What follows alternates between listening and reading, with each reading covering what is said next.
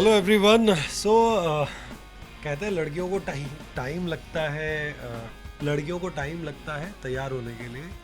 और सब लोग मुझसे ये बात पूछते हैं कि जिस तरह का शो है, जैसी चीज़ें हैं, उसमें आपको भी काफ़ी टाइम लगता होगा लड़कियों की तरह ही। पर जो हमारे सारे जो टीम मेंबर्स हैं और सारे जो प्रोडक्शन वाले हैं बड़े खुश रहते हैं हमसे, क्योंकि हम लोग कुल मिलाकर 15 से 20 मिनट ना 15 से 20 मिनट में हम लोग रेडी हो जाते हैं। तो चाहे कपड़ों का मामला हो, चाहे ज्वेलरी हो।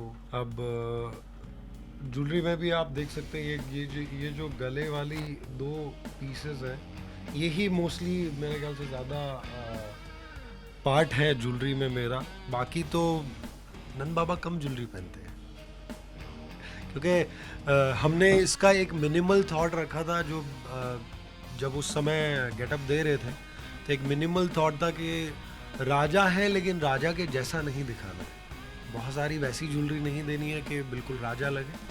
तो थोड़ा सा गांव और थोड़ा सा मथुरा दोनों को मिक्स करके हमने कुछ बनाने की कोशिश की, जो कि आप बताएंगे कि कितने सक्सेसफुल रहे।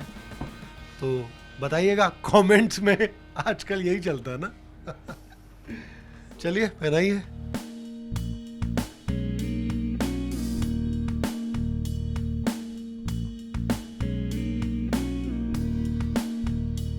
ब्लैक उसको छुपाने के लिए हमें ये सब पूरा इस तरह से इसको बांधना पड़ता है। तो ये पहले ही मैं सबसे पहले ये करता हूँ, क्योंकि जितना टाइम इसमें लगता है उतना टाइम मेरा ओवरऑल ज्वेलरी में लगता है, इसलिए हम लोग वो पहले करके रखते हैं।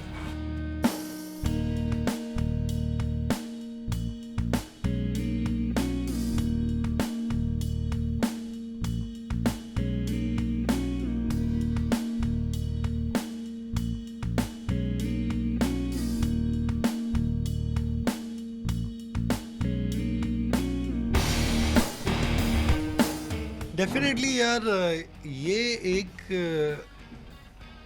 पहली बात तो मतलब मैंने पिछले 10-11 साल से मैं इस इंडस्ट्री में काम कर रहा हूँ, तो मेरे लिए ये पहला ऐसा शो है जहाँ पे इस तरह का गेटअप है, जहाँ पे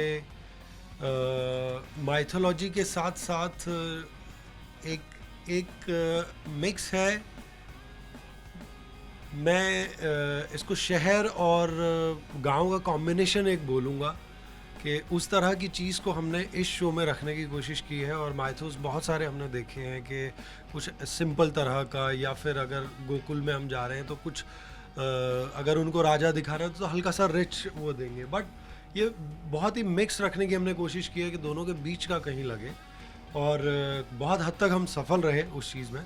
और इस अवतार में आने के बाद में एक अलग तरह का फील होता है कि आप कृष्ण भगवान के पापा हैं, और वो अपने आप में बहुत बड़ी बात होती है।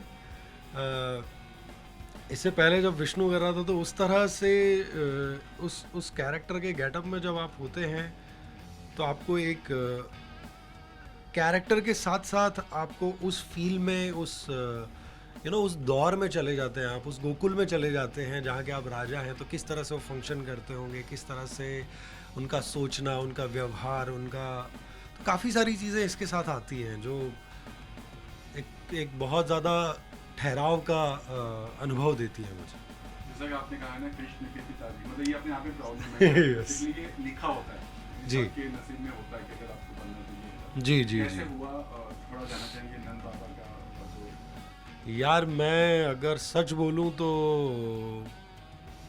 2 बार ये मना हो चुका था। 2 बार मतलब मैंने मना कर दिया था कि मुझे नहीं करना है, और डेस्टिनी कुछ और चाहती थी। मैंने मना इसलिए किया क्योंकि मैं उस वक्त कुछ और चीज़ों में था, कुछ और प्रोजेक्ट थे मेरे पास, और उन प्रोजेक्ट्स की वजह से मुझे ये नहीं करना था।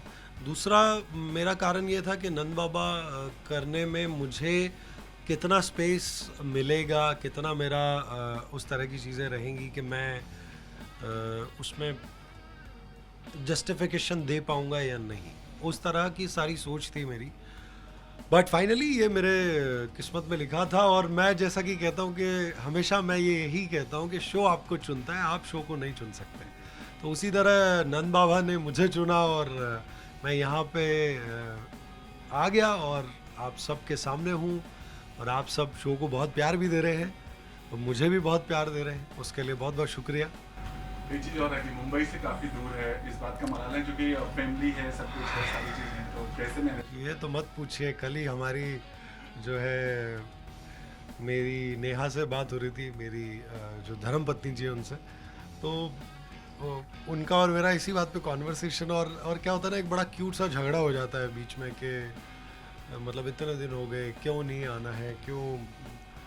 तो मैंने बड़ा डिफ़िकल्ट हो जाता है एक पर्सनल लाइफ को मैनेज करना, बिकॉज यहाँ पे बहुत सारी चीज़ें होती है। अगर छुट्टी भी हो तो आप ज़्यादा कुछ कर नहीं पाते, एक दिन आपका आराम में या अपनी थकान उतारने में चला जाता है। तो कभी भी मेरे पास एक दिन की भी छुट्टी होती है तो मैं घर चला जाता हूँ मुंबई। 3 घंटे का रास्ता है, जाने में भी अभी तो बरसात का टाइम चल रहा है तो और ज़्यादा थोड़ा मतलब डिफ़िकल्टी होती है पहुँचने में, और कभी कभी अकेला भी लगता है, पर ठीक है, काम रहता है तो फिर काम में खोए रहते हैं।